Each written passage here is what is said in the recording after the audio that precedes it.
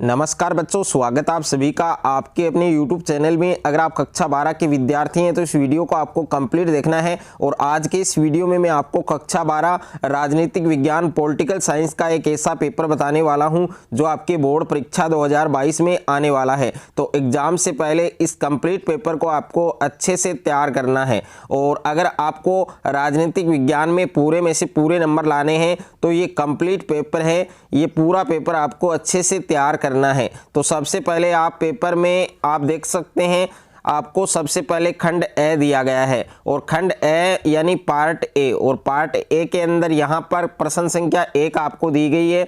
और प्रश्न संख्या 1 में आपको दिया गया है कि भारत में गुट निरपेक्षता आंदोलन है, उसके संस्थापक कौन थे।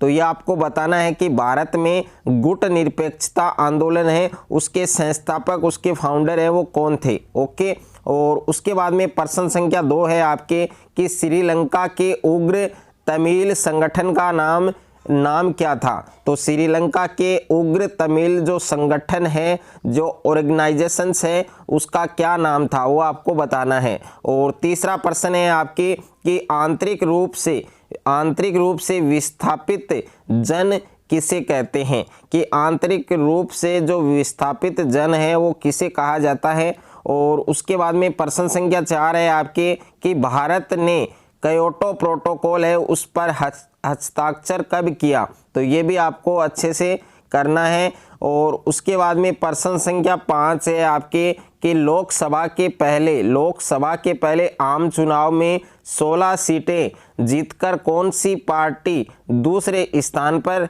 रही। और छठा प्रश्न है इसमें कि देश की आज़ादी के समय प्रमुख चुनौती क्या थी। तो देश की आज़ादी के समय यानी जब देश आज़ाद हुआ था तो उस समय उस टाइम प्रमुख चुनौती है वो क्या थी, वो आपको बतानी है। और प्रश्न संख्या 7 है आपकी कि पंचशील की घोषणा कब की गई। वेरी वेरी इंपॉर्टेंट क्वेश्चन है कि पंचशील है उसकी घोषणा कब की गई थी। और उसके बाद में नेक्स्ट क्वेश्चन है आपकी क्वेश्चन नंबर 8 है कि 1971 के चुनाव में कांग्रेस ने कौन सा नारा दिया था। तो 1971 के चुनाव में कांग्रेस है उन्होंने कौन सा नारा दिया था, तो वो नारा आपको बताना है। और प्रश्न संख्या 9 है आपके कि आप भारत और पाकिस्तान के बीच सबसे बड़ा मुद्दा कौन सा मानते हैं। तो भारत और पाकिस्तान के बीच सबसे बड़ा मुद्दा कौन सा है, तो उस मुद्दे का आपको नाम लिखना है। तो बच्चों, पढ़ाई में डाउट आते हैं, सोल्व नहीं हो पा रहे, घबराओ मत, इसका सॉल्यूशन है डाउटनेट ऐप। जिस भी सवाल में आपको डाउट है उस क्वेश्चन की फोटो खींचो,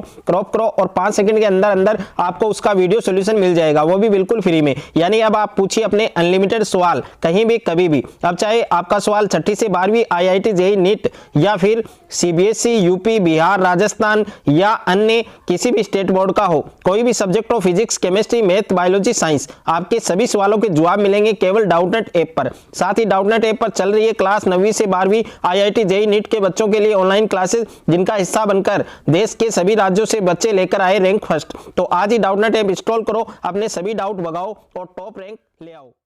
उसके बाद में सेकंड पार्ट है आपके पार्ट बी। ओके। और पार्ट बी में प्रश्न संख्या 10 आपको दिया गया है कि सोवियत अर्थव्यवस्था की 2 विशेषता बताइए। तो जो सोवियत अर्थव्यवस्था है उसकी आपको कोई 2 विशेषताएं बतानी है।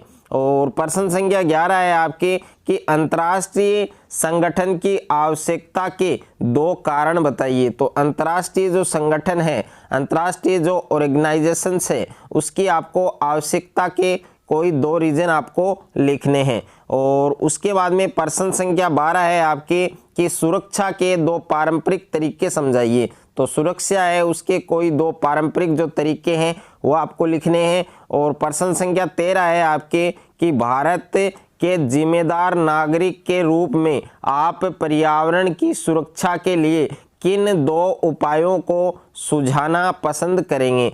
तो वो 2 उपाय हैं वो आपको इसमें लिखने हैं। और उसके बाद में प्रश्न संख्या 14 है आपके कि कांग्रेस विचारात्मक गठबंधन है, इसको समझाइए। तो जो कांग्रेस विचारात्मक गठबंधन है उसको आपको समझाना है।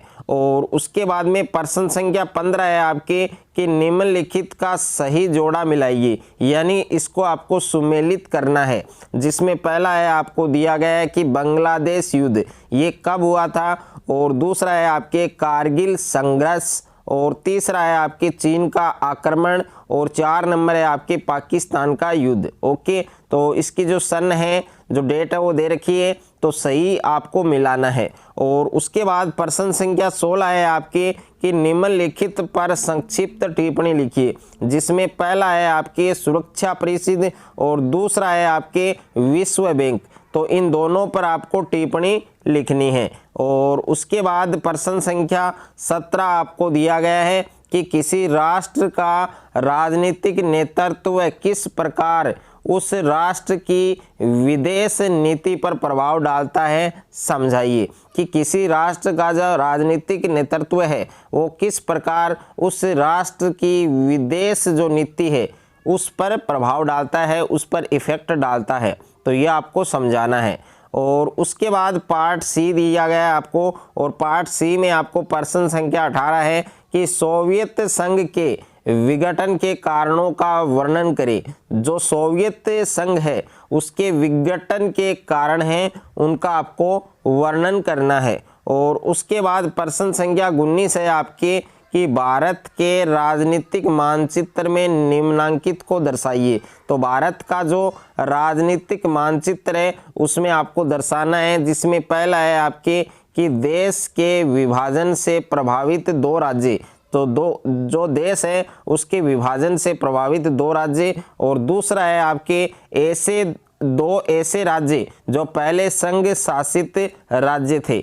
ओके, उनको आपको दर्शाना है। और उसके बाद प्रश्न संख्या 20 है आपके कि आपकी राय में पाकिस्तान में लोकतंत्र के स्थायी न बन पाने के क्या कारण हो सकते हैं, वो आपको समझाने हैं। और उसके बाद प्रश्न संख्या 21 आपको दिया गया है कि आसियान के 4 उद्देश्य बताइए। तो आसियान है उसके 4 उद्देश्य आपको लिखने हैं। और प्रश्न संख्या 22 है वैश्वीकरण का प्रतिरोध क्यों हो रहा है, ये आपको समझाना है कि जो वैश्वीकरण है उसका प्रतिरोध क्यों हो रहा है, ये आपको लिखना है। और प्रश्न संख्या 23 है आपकी कि 1960 के दशक में कांग्रेस पार्टी में सिंडिकेट ने क्या भूमिका निभाई, तो उसको भी आपको समझाना है। और प्रश्न संख्या 24 है कि भारत में नक्सलवादी आंदोलन का परीक्षण कीजिए, कि भारत में जो नक्सलवादी आंदोलन है उसका परीक्षण आपको करना है।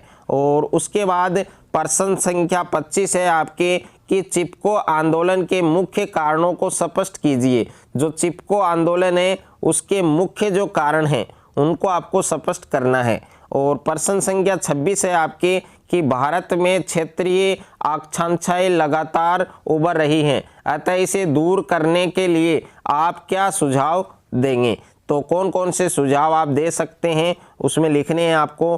प्रश्न संख्या 27 है कि भारत में अधिकतर दलों के बीच एक व्यापक सहमति है और इसकी किन्हीं 4 बातें समझाइए। उसके बाद देखिए पेपर में जो नेक्स्ट पार्ट है हमें पार्ट डी दिया गया है, और पार्ट डी में जितने भी क्वेश्चन हैं वो सारे क्वेश्चन 5-5 नंबर के हैं। तो यहाँ पर प्रश्न संख्या 28 है कि शीत युद्ध क्या है। आपको बताना है कि शीत युद्ध क्या है और इसके कारणों का वर्णन करें। जो शीत युद्ध है उसके कारणों का वर्णन भी आपको करना है। और अथवा में भी आपको एक क्वेश्चन दिया है, अगर आपको ये क्वेश्चन नहीं आ रहा है तो आप ये क्वेश्चन कर सकते हैं कि शीत युद्ध में भारत की भूमिका समझाइए। ओके, और उसके बाद प्रश्न संख्या 29 है कि वर्चस्व का अर्थ बतलाते हुए विश्व राजनीतिक में अमेरिका के ढांचागत वर्चस्व की विवेचना कीजिए। और अथवा में प्रश्न दिया गया है कि भारत अमेरिका संबंधों की समीक्षा कीजिए।